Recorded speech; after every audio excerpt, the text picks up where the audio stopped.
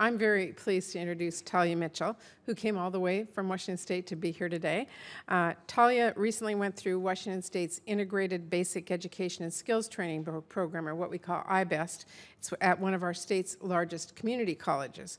Taking classes at Seattle Central College, Taleah was able to learn the skills she needed to forge a clear career path.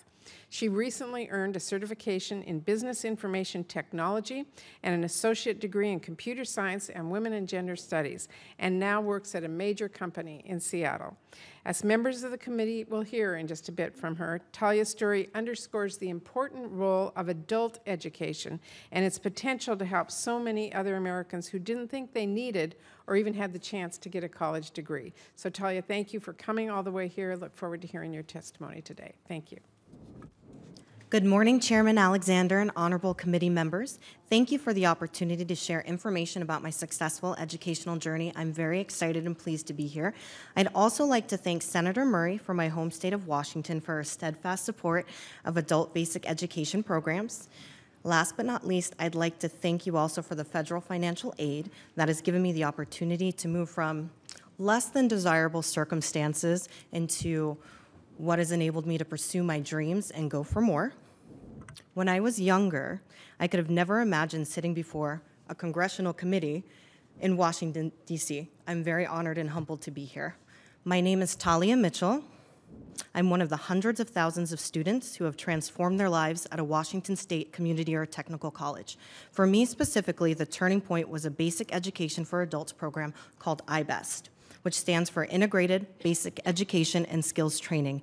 In this testimony, I hope to share my personal story clearly, describe how it fits into the larger narrative of Washington's community and technical college system, and provide ideas for how the federal government can strengthen information and support for non-traditional college students. In my opinion, we are a very important group of people that a lot of times are underrepresented. There's quite a few of us, and we have a colorful story, and we're quite capable of achieving a lot more than what is thought of us and what's expected of us. To give you all a little bit of background information for me, I'm 27 years old, and being a non-traditional student, I went to the 4th grade in San Francisco, California.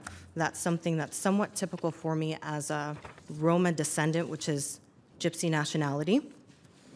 I studied quietly on my own, learning to read and write, because at a young age, I understood, for whatever reason, the value of education and knew that I wanted to achieve a lot more in my life.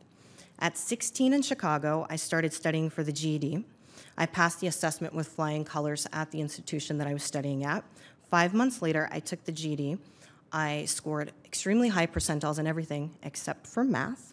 Instead of getting discouraged and giving up, I decided that I needed to take remedial math courses at a different setting, and that was at Harold Washington College in Chicago, and I was able to take regular college-level courses in conjunction with that. I was given a Starlight Award from Literacy Chicago because of a commitment to literacy and efforts as a public relations intern at the organization. During the second semester, I had to drop out and help run my family's business.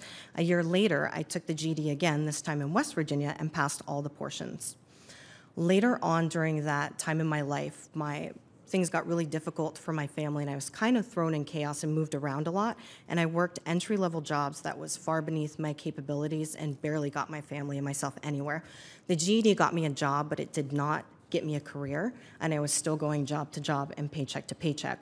My turning point was at the age of 25 in Seattle at the YWCA. I saw a flyer for the IBEST program through Seattle Central College. I learned that IBEST offered a clear path to an in-demand field with a wide array of support services. A counselor explained that they'd be with me every step of the way, and they helped me with everything. It came from applying for financial aid, looking through course catalogs, planning schedules, finding classes, managing my time, and overall just being a life coach for my life, which is really imperative.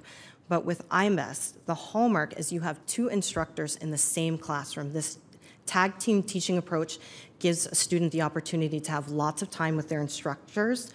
One instructor teaches job skills, and with that, students learn foundational skills at the same time they train for in-demand jobs. The other instructor provides skills like reading, writing, math, and English language. So it's really amazing. The information sticks because you have access to all these people, and with this 2-for-1 approach, students learn more thoroughly and in a shorter amount of time.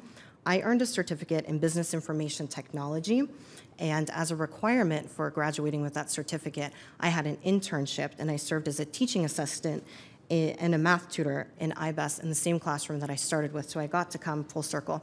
At Seattle Central College, I was inducted into the Honor Society. I was one of the student body presidents. I served on a scholarship board. These are things I never dreamed that I would be capable of doing. With IBES, I really want to emphasize that without the financial aid that was afforded to me, I would have never been able to go into any type of higher education institution.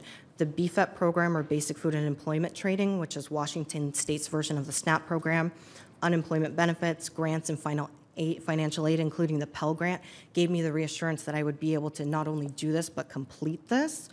At Seattle Central College, I was approached by Amherst and Smith colleges to actually pursue the degree that I wanted for women's studies and computer science. My father fell ill during that time with cancer, and that opportunity for me was cut short, but I do plan to continue my education with computer science and women's studies to continue and complete that. I love to inform you that my brother at this point, my younger brother, has also enrolled in Seattle Central College and is following in my footsteps and also looking at the government board as well. My final recommendations for you guys is that College Career Pathways gives us basic skills, workforce, academic transfer, and it's imperative that we continue to fund those programs. The old notion that basic skills education ends at the GED is very outdated, as I hope to witness to you. It didn't get me as far as I would like it to have gotten me. The WIOA program, which is Workforce Innovation Opportunity Act, enables IBES and programs like that to happen and enables students like myself to succeed. Some of my ideas is to remove the cost barriers to students by fully funding the Pell Grant program and expanding opportunities for students to repay loans based on how much they earn. Student debt, as you brought up, is a growing national crisis, and we need to be able to power through that.